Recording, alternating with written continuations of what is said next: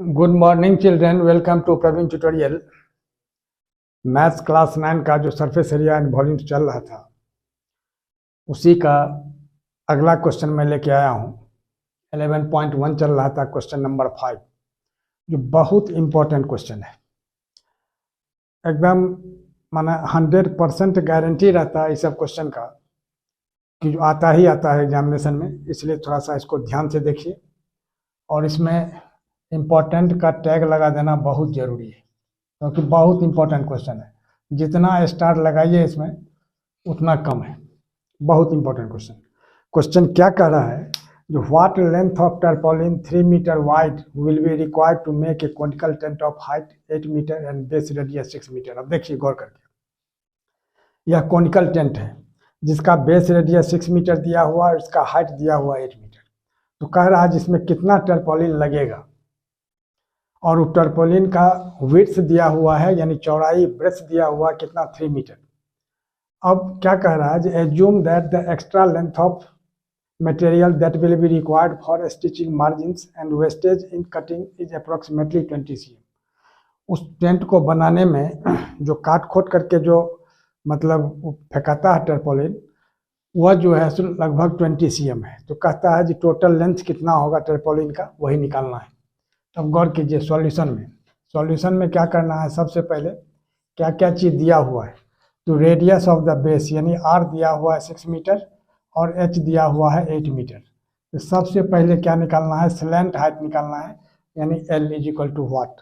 तो slant height का formula क्या होता है, √h² प्लस आर स्क्वायर। थोड़ा ध्यान दीजिएगा, फार्मूला याद रखना मस्ट है। अब h के जगह कितना हो जाएगा, 8 मीटर होल स्क्वायर अब प्लस 6 मीटर होल स्क्वायर। तो 8 जा कितना होगा 64 मीटर स्क्वायर, और 6 जा कितना होगा 36 मीटर स्क्वायर। 64 और 36 को ऐड करते हैं तो कितना होता है 100 मीटर स्क्वायर। तो 100 का स्क्वायर रूट कितना हो जाएगा 10। तो 10 मीटर जो हो गया, या क्या हो गया, एल निकल गया।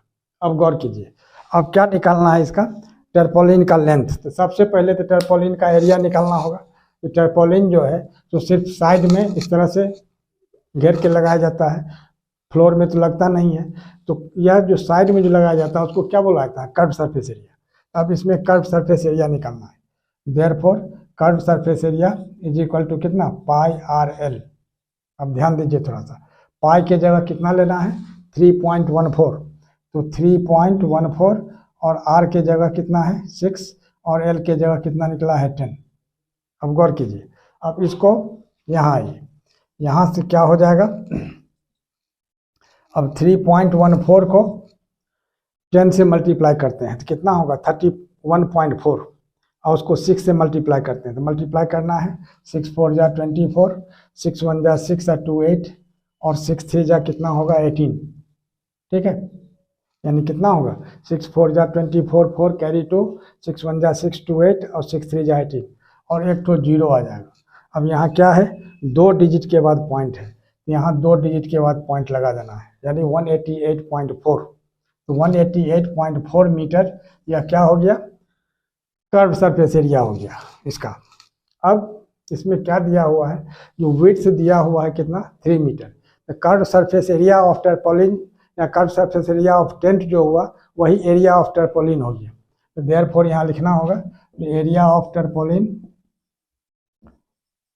इज इक्वल टू कितना 188.4 मीटर, और विड्थ दिया हुआ है कितना 3 मीटर। थोड़ा ध्यान दीजिएगा, विड्थ है 3 मीटर। तो लेंथ क्या होता है आप लोगों को मालूम है, लेंथ क्या होता है एरिया बाय विड्थ या एरिया बाय ब्रेथ, कुछ भी लिख सकते हैं आप। विड्थ लिखिए ब्रेथ लिखिए, बोथ आर सेम।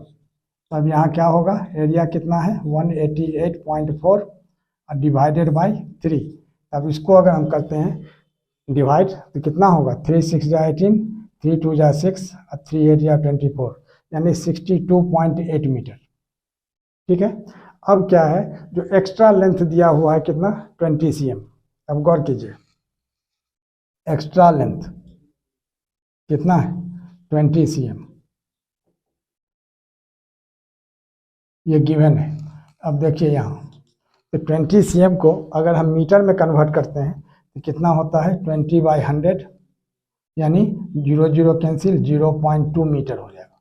तो टोटल लेंथ, यानी यहाँ क्या लिखना होगा, therefore total length of tarpaulin, total length of tarpaulin is equal to कितना, इधर कितना था 62.8 आया था, इसमें ये 0.2 को ऐड कर देना है, तो 62.8 प्लस 0.2 दैट इज 63 मीटर, और यही इसका आंसर हो जाएगा। अब क्वेश्चन नंबर 6 है, the slant height and base diameter of a conical tomb are 25 metre and 14 metre respectively, find the cost of white washing its curve surface at the rate of ₹210 per 100 metre square. अब गौर करने की बात है, यहाँ यही conical tomb है, tomb कहा था मकबरा को, एक तो डोम सुने होंगे, जो मंदिर मस्जिद के ऊपर जो गोल सा गुंबद होता है वो डोम होता है, उसको गुंबद बोला जाता है। ये टॉम्ब है, TOMB टॉम्ब, टॉम्ब का मतलब मकबरा होता है।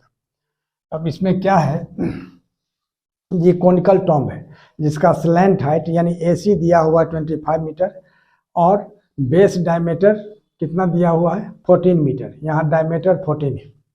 रिस्पेक्टिवली का मतलब हुआ फर्स्ट, जैसे स्लैंट हाइट है तो वो फर्स्ट वाला होगा, और बेस डायमीटर सेकंड है तो वो सेकंड वाला होगा।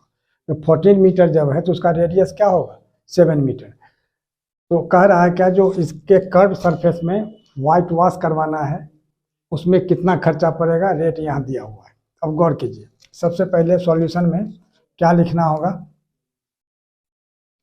D is equal to 14 metre, D that is diameter, therefore R is equal to क्या होगा D/2, यानी कितना 14/2, यानी 7 2 जा 14, यानी 7 मीटर, यानी R हो गया आपका 7 मीटर, यहाँ देयरफॉर लिखना होगा।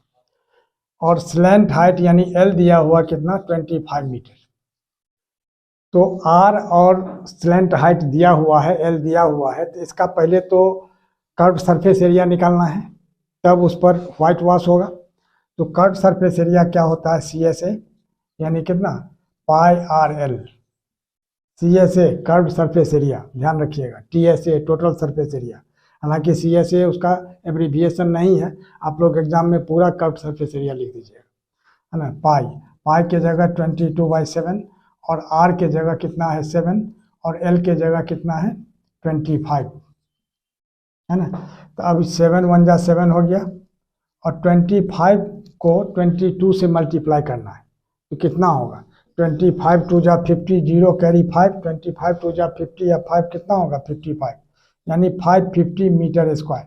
अब कहिएगा मीटर स्क्वायर कहाँ से आ गया, कि 25 में भी मीटर है और 7 में भी मीटर है, तो मीटर इंटू मीटर क्या होगा मीटर स्क्वायर, या इसको स्क्वायर मीटर भी आप लिख सकते हैं। तो कर्व सरफेस एरिया हम लोगों का निकल गया 550 मीटर स्क्वायर। अब रेट जो दिया हुआ है 210 रुपीज लगाए जाते हैं 100 मीटर स्क्वायर के लिए, यानी लिखना होगा जो since 100 metre square of surface requires ₹210 का ध्यान दीजिए। तो देयरफॉर यूनिटरी मेथड चलिए, 1 मीटर ऑफ सरफेस रिक्वायर्ड कितना होगा ₹210 बाई कितना 100, ठीक है।